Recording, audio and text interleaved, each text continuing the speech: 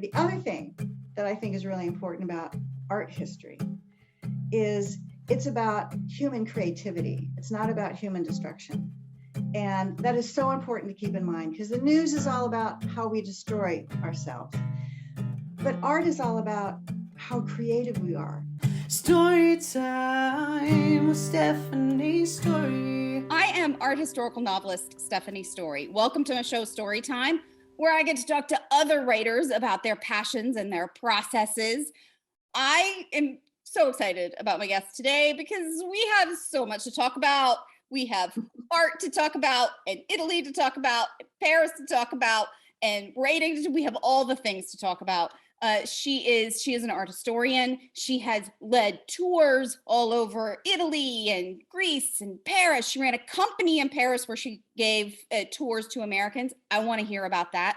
But mainly, we're here to talk about her book right here, The Art of Traveling Strangers. Welcome to the show, Zoe Disigny. Thank you. Thank you for being here, because we really do have so much to talk about. Because we have so much in common. But before we get to that, please tell my viewers at home about this lovely story. It's just so nice, and it's so, like, to me, it was such a bright light in the middle of what can be a darker world these days. So thank you for the book. So please tell my viewers at home about it. Well, thank you, Stephanie, for liking it. That's wonderful. Okay, well, it takes place in the 1980s, and the protagonist is an art historian whose life is falling apart. And in order to escape her totally shattered reality, she decides she's going to accept a job as an art guide in Europe for this quirky stranger that she's met once, doesn't know anything about her. So these two mismatched women set off to travel these art-filled cities, of Italy, and then on to Paris. But of course, as you might imagine, Claire doesn't really escape all the woes that she was feeling. So they start to follow her abroad. And when they do, that gives the two women's relationship a whole different twist. And it also gives their relationship with the artworks they encounter an unexpected meaning. And that pretty much changes their lives forever. I love it. And I love how prominent, I mean, I'm an art geek, right? But I really do love it that there's an art historian at the center of it. And not only that, but there's serious artwork at the center of it. And not only like popular, it's not only, Michelangelo, Leonardo, Donatello, but it's stuff like good and bad governments, right? Like stuff that I'm like, oh, as an art history nerd, I'm like, great. But as a regular person, what were you trying to communicate, or what were you trying to give to readers as far as the art history goes? Because I feel like it's this great door for people who maybe don't know it as well. Well, so I was an art history professor for my entire career, and I taught survey of European art history. That was my primary class. I taught some other classes, but that was my mainstay. And what I discovered with a lot of my students, not all of them, but a lot of them, that they'd never had art history before. They didn't know what it was. I didn't either until I went to college. And all of a sudden it clicked with them that this is the world. This is life on all levels. And that excitement that would happen with students when they first get introduced to these fabulous works of art and to what they mean and the cultures they come from is what I was trying to do in the book, but tell a story along with it. So it was sort of a gentle crash course in European art history, Western European art history. So that it was a sneaky teaching thing. Oh, I love sneaky teaching things. It means that people will want to go learn more about these works of art once they finish reading this book, which is a fantastic gift. Okay, so aside from the art in the Italy, which we'll get to in a minute, what drew you to these two women's stories? Like they are very different people. So are you more like Claire, or are you more like Viv, or what drew you to that relationship to want to tell that particular story? Well, the start of the story is based on a true event. It was when I was being a tour guide, and I did take a woman around Italy and on to Paris. And she was quite different than I was. And I used to tell people this story all the time. You know, it's one of my favorite stories. Well, let me tell you this great story about when I was a tour guide. And it pretty much entertained most people. They thought it was funny. They thought it was interesting. And then one day in 2013, I went out to lunch with a girlfriend, and I don't know how she escaped this story before, but I told it to her. And she said, "Oh, you should write that." And I thought, I'd never thought of that before. I thought I'd never thought of writing a novel. And I thought, well, it is kind of a cool story, so I'll write it. Well, the cool story is like about this big, not big enough for a novel. I mean, I could have done a short story, I guess. So it just sort of grew from there. It started with these two figures, and Claire is definitely more like me because her experiences are similar to ones that I've had. But the other woman just kind of blossomed into this very fictitious person. So did Claire. And it just kind of grew, you know, in odd ways from there. So I didn't know what it was doing. But that's the beauty of writing fiction, right? Yeah. I want to go back to the fiction writing process for you just for a second, because it had to have been very different. It's the same in some ways as writing a lecture, but to your point, you suddenly had these characters ballooning into whole people, which does not happen when you're writing a lecture for students, when you're doing a survey of art history as much, when you've got these people creating themselves. What was your favorite part about being able to turn it into fiction? Forget the struggles. There are plenty of struggles in writing novels. That's part of it. What was your favorite part about having the freedom to go in and create the fiction? Okay. There's two, one general and one more specific that come to mind. To me, when I could get those words right, and I decided what those words were, it didn't have anything to do with what history told me or what the artist said or whatever. I got to make all those words and put them together in a sentence, in a paragraph, to express an idea. Mm-hmm. To me, that was difficult to do succinctly and clearly, but it was so exhilarating when I thought it worked. I mean, I worked passages, I know you've done this, I worked passages over so many times because they just weren't right. They didn't say it right. It didn't express what I wanted it to say. It was too wordy. It was too this or that. But when I got it right, oh, that was the most exhilarating thing in the world. And I loved that. And I actually loved the struggle building up to it too, because I kept refining the idea. You know, the idea gets more clear in your own head as you're doing that. And that was thrilling to me to know what that idea really in the end meant. So that was that one. The other part that was really fun for me, I loved writing Viv's character. I loved making her have these amazing speech patterns or different kinds of speech patterns. And in my family, my dad was from Tennessee. And I don't know if this had anything to do with him being from Tennessee, but maybe it did. He loved to invent words. He invented words all the time. He invented silly words. I mean, he was very silly. So he'd invent these silly words all the time, and we used them around the house all the time. And I love interesting, different ways of saying things. Southern expressions thrill me. They're so visual. They paint a picture like nothing else. And so it was really fun for me to develop Viv in that way. I didn't know she was going to go that way, but I really enjoyed doing that. You said you worked on this for 7 years, right? It's a long time to work on this little baby and then put it out into the world, and you no longer have control over it. How has that process been for you so far? It's been like walking in the dark, feeling your way along, you know, without any lights. First of all, my background is not in the writing discipline. So it was taking courses in writing as you're writing to learn how to learn the craft. And there is such a tremendous craft to it that until you've tried to write a novel, you don't know that. Writing a novel is so different from writing a lecture. It's so much more difficult than writing a lecture. Also more rewarding in a lot of ways. So it was really literally feeling my way along, and slowly I could tell the shape of the space I was in, slowly. But I didn't have, as I said, it started from a little story, and then it just went from there, and I really didn't know where it was going.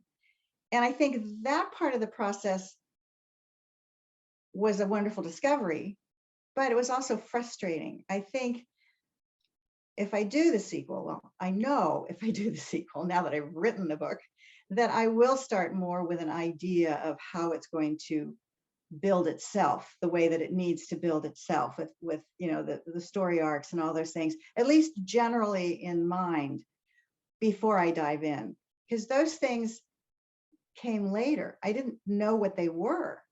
So I discover it, and then I go, oh, okay, well, now I need to completely rewrite this. So I kept doing that over and over and over again, and then it would change again. And then I didn't know what I was doing, and I didn't know what the story was going to be. And even when I finished the story, I still didn't know. It took me years after the story was basically done, when I was rereading it and refining it, that I really understood what it was saying. So that was an interesting process. But that's part of writing a novel, Zoe. Is yes, Oh, I'm a big outliner, right? I mean, I'm writing historical fiction, so I mean, yours is set in the 80s, so technically it's probably historical fiction at this point, but like I was setting mine around real dates, real events, real people. I have things that I have to hit that are immovable because they are historical events. right. So I have to, and I'm a big outliner anyway, because I love plot. Like I love to tell a good story that keeps you up at night. So I'm a big outliner anyway. But let me tell you, no novelist really knows what the thing is about until you are done writing the thing. And then you go, oh, that's what it's about. Oh, gosh. Yeah, but at least you had a direction to start with. Yeah. I mean, at least, I mean, I totally get that. And I'm an outliner too. I mean, you can't be a lecturer without having a good outline, and you have to hit your points, and you have to make sure it's clear, and one thing leads to the other. So I totally get that. And that would be what I would normally do. But I didn't know how to do that. I didn't know what I was what I was saying. Well, and a lot of people approach fiction with, I'm just going to tell the story. And they don't realize, oh, it's the same thing as crafting a lecture or craft. It's just the same kinds of nuts and bolts when it comes down to it. You lived in Rome with your parents when you were young, right? When I was in college, yeah. Was that the first real fall in love with art history? Where did the real like passion for this subject matter come from for you? It came before that. I was a French major in college, and that started because I took French in high school. You know, that's kind of what you did when I was in high school. And I and I had this teacher. She was very, very young. It was her first year teaching, and before she started teaching, she had lived and worked in Paris. And so the way she taught French to us was all about Paris. We had maps of Paris on the walls. We had pictures with her in them at all these places in Paris. She also taught French in a very unorthodox way. She taught French as a spoken language instead of reading and writing, which is really the traditional way that you learn it. And so we would do skits. So the class was putting on these skits all the time. And so, of course, your skits always took place in Paris. So I felt like, I mean, after 4 years of high school French, I wanted to go to Paris so badly. I mean, I couldn't stand it. So I got to go my senior year after I graduated from high school, and she took a group of us, the same French teacher. And it was everything I had hoped it would be. And I just fell in love with Paris. So that was from high school. So then I went on to be a French major. That's what I thought I wanted to be. And I took an elective, art history, my sophomore year. And it was like, that was it. It was night and day. I mean, I think the language of French is the most beautiful language in the world that I'm aware of. But I wanted a bigger picture. It's not just the language, it's the culture, it's the history, it's the art. All of that rolled into one in one discipline was like, wow, this is the coolest thing ever. I'm a visual learner, so that really helped. I see an image and then I can remember what was said about the image. Didn't happen in a lot of other subjects. So, that was a real boon for me. I used to draw and paint when I was younger. I don't know, it just had every single thing in the world in it to me. So I took that class in my sophomore year in college. And then I went to live in France for, a semester abroad my junior year. and went to Paris first and then went to the other city where I was spending all the time afterwards. I walked into, at that time it was the Jeu de Paume, which was the Impressionist Museum. And first painting I saw was Manet's Luncheon on the Grass. And I felt like I remembered every single thing my professor had said in class about that painting. I felt like I could turn around and give a lecture on that painting right then and there to anybody who would listen. And that's when I thought, absolutely, I need to move in this direction. This is really where my passion lies. So that was all before my parents moved to Rome. So that's all before Rome. And then you go to Rome, and that has to solidify a lot of it too, because it's Rome and it's so filled with history and just visual history. Yeah. And it's, when I think about where they maybe could have gone out of all the places, I'm just thinking of Europe. Rome was for me, such a perfect place for them to go, because first of all, it's so gigantic. It's a very hard city to get to know. It's not like Florence or Venice or even Paris. You know, it's just so huge, and the layers of history are so deep. You need to spend some time there, and I was really lucky. I could spend a couple of summers there and a couple of Christmases there. My parents even got me a tutor, because I was now going to switch from French over to art history, who took me around Rome, who lived there and was a painter. And I mean, it was wonderful. It was just absolutely wonderful. Okay, that has to be where the love of, because you obviously have a real love of Italy. So much of this book is like Siena and Ravenna, and I mean, it's not just the big cities that I think Americans say. It's not just Milan and Florence and all that, and Rome. What made you fall in? Was it living there with your parents that made you really connect with Italy after having had such a connection to France? Where did that? I mean, this also goes to Paris. I don't want people at home to think there's no Paris in here. There's Paris in here, but there's a lot of Italy. Where did that love come from for you? Well, I think art historically, the love comes because if you think about, again, Western art history and the survey, which I spent all my years talking about, there are a few major times in history when everything made a major shift, and it was happening in all layers of society and politics and history and art and science, and they all came together. And of course, one of them is ancient Greece, of course, biggie, ancient Egypt, and then Renaissance Italy. I mean, so many things came together to make those artists as great as they were and as great as we still see them today. I mean, that doesn't happen all the time. And the times have to be right. The location has to be right. It's not just the people, it's all those things that impact those people. So obviously, Italian Renaissance was huge in my eyes, as was ancient Greece. And then, of course, for me in France at the end of the 19th century, which that was really my focus when I was in art history, it was the post-impressionist period. Same kind of thing happened, moved us into modern art, the 20th century, moved us away from 500 years of Renaissance art to a type of art which is so incredibly different and expressive. But it's those times and those places that there's just so much there. So yeah, so that's why Italy was a draw. And then I did get a chance to travel around Italy, and I got to go to Ravenna. Of course, I went to Ravenna because I was studying art history. So of course you go to Ravenna, fell in love with those mosaics. And, you know, went to Siena and I just went because I was studying art history. So it was a great thing.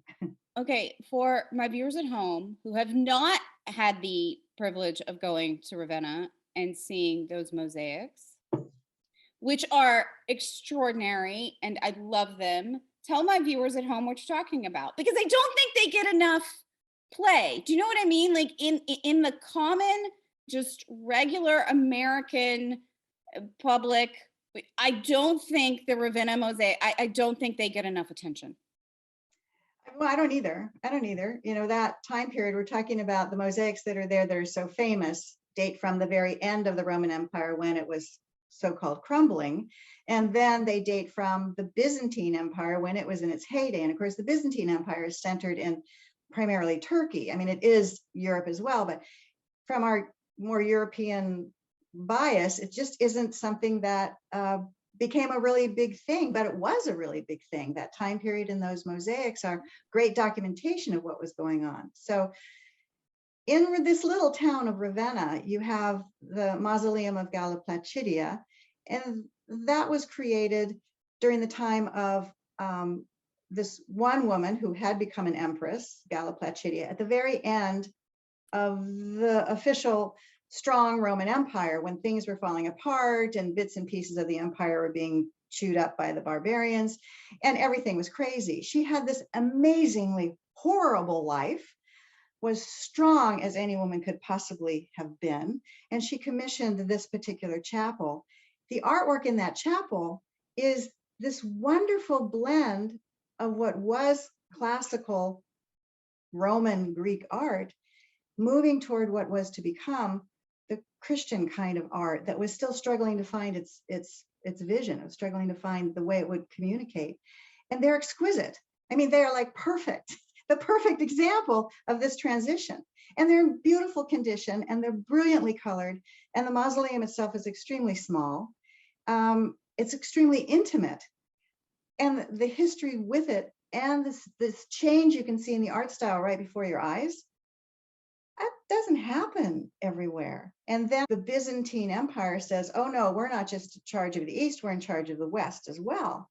So I'm going to prove this by putting these great mosaics of me, the emperor, and my empress in this very important church. And that will prove to all of you that I really am the one in charge and you now are part of this other empire.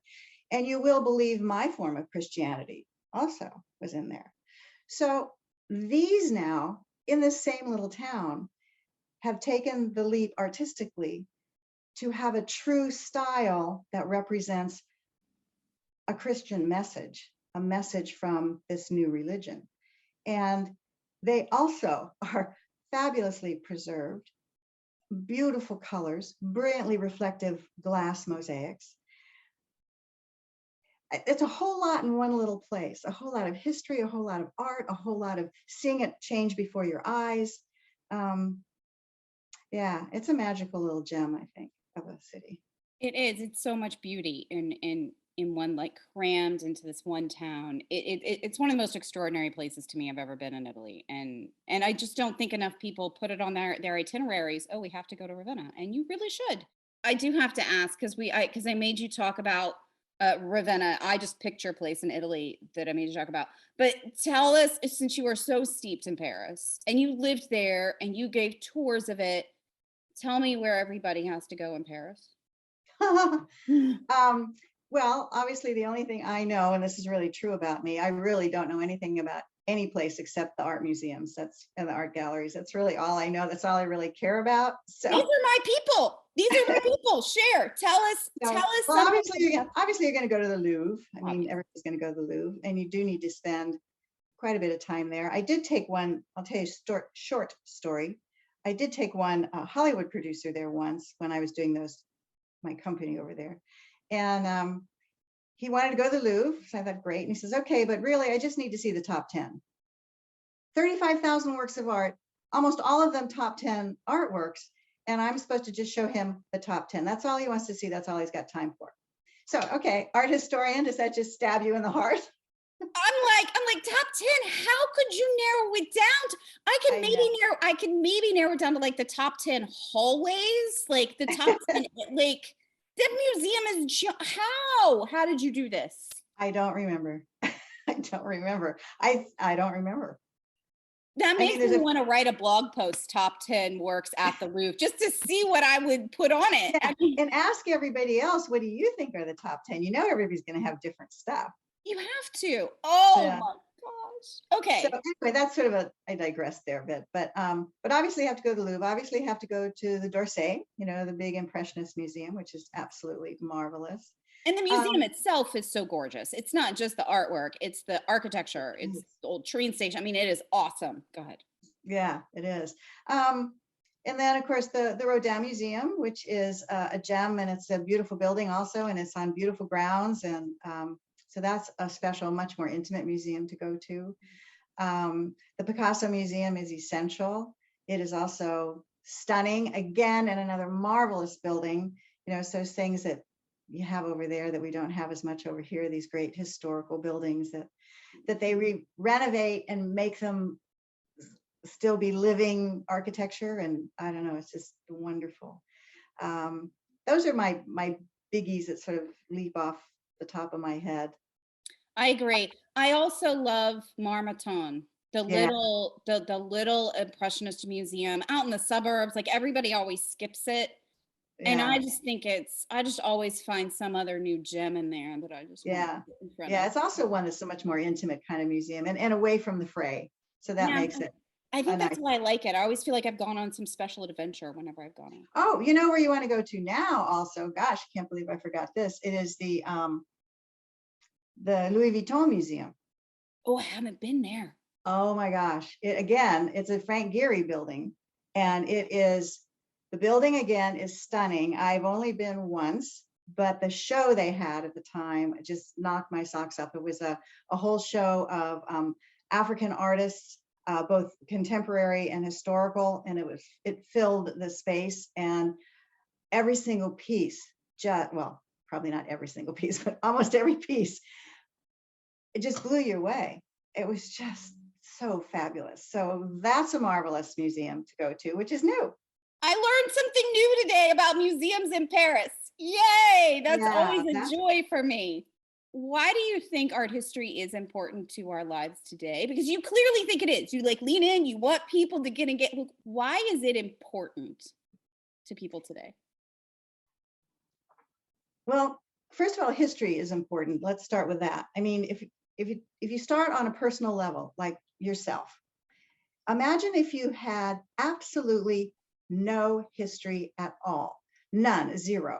You somehow were raised by wolves, and you don't know who your parents are. You don't have any parents that come in and take over. You don't have a place that you live. You don't have anything. You don't have you. Without your history, you don't have you. It's what makes you the human being that you are, this accumulation of experiences in a human world. And if you extend that globally, it's the same thing. So what I think art history can do, especially when you're looking at it in a global sense, it can give you that citizenship, a world citizenship that we all belong together. And it also helps, I think, especially when things are crazy, it helps give you a sense this has happened before. This is going to happen again.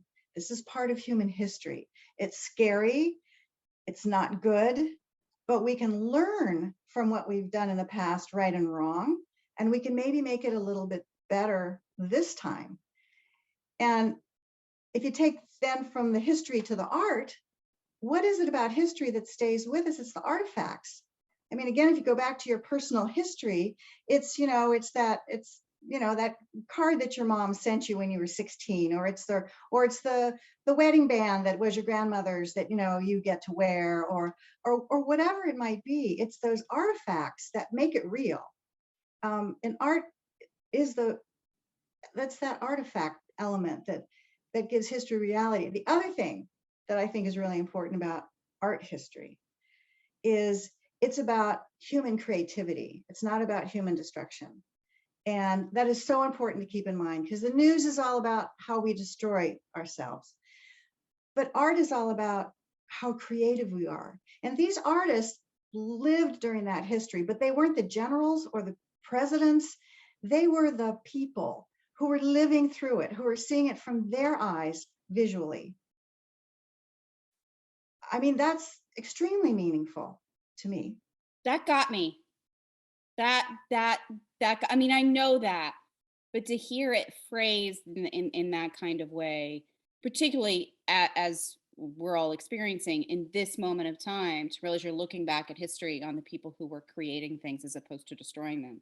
I think that's one of the reasons why I love artists. That's why I'm so attached to them. That in the middle of all of this drama and mayhem that is, the Italian Renaissance, or that is, Paris at wartime, or that is all of these other moments of high crisis, that artists are still out there pumping some beauty into the world that I think we all need. And I'm so glad that you made the foray into noveling because I thought this was lovely. I thought this was a really sweet, as you said, like a good, easy way to learn about art history. I think it's a good book club pick. I think book clubs would love this because I think people would sit around and talk about all the art they've gone to go see.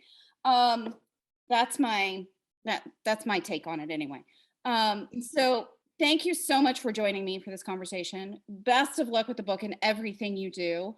And I will see everybody else next time. Story time with Stephanie Storey. Story time virtually. We've got time and plenty of stories, talking stories in a novel way. Story time with Stephanie Storey.